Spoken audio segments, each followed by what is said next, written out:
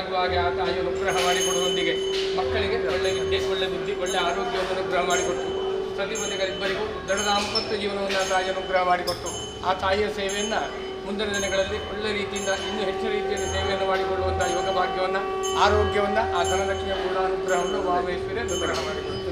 ವಾಮೇಶ್ವರಿ ಅನುಗ್ರಹ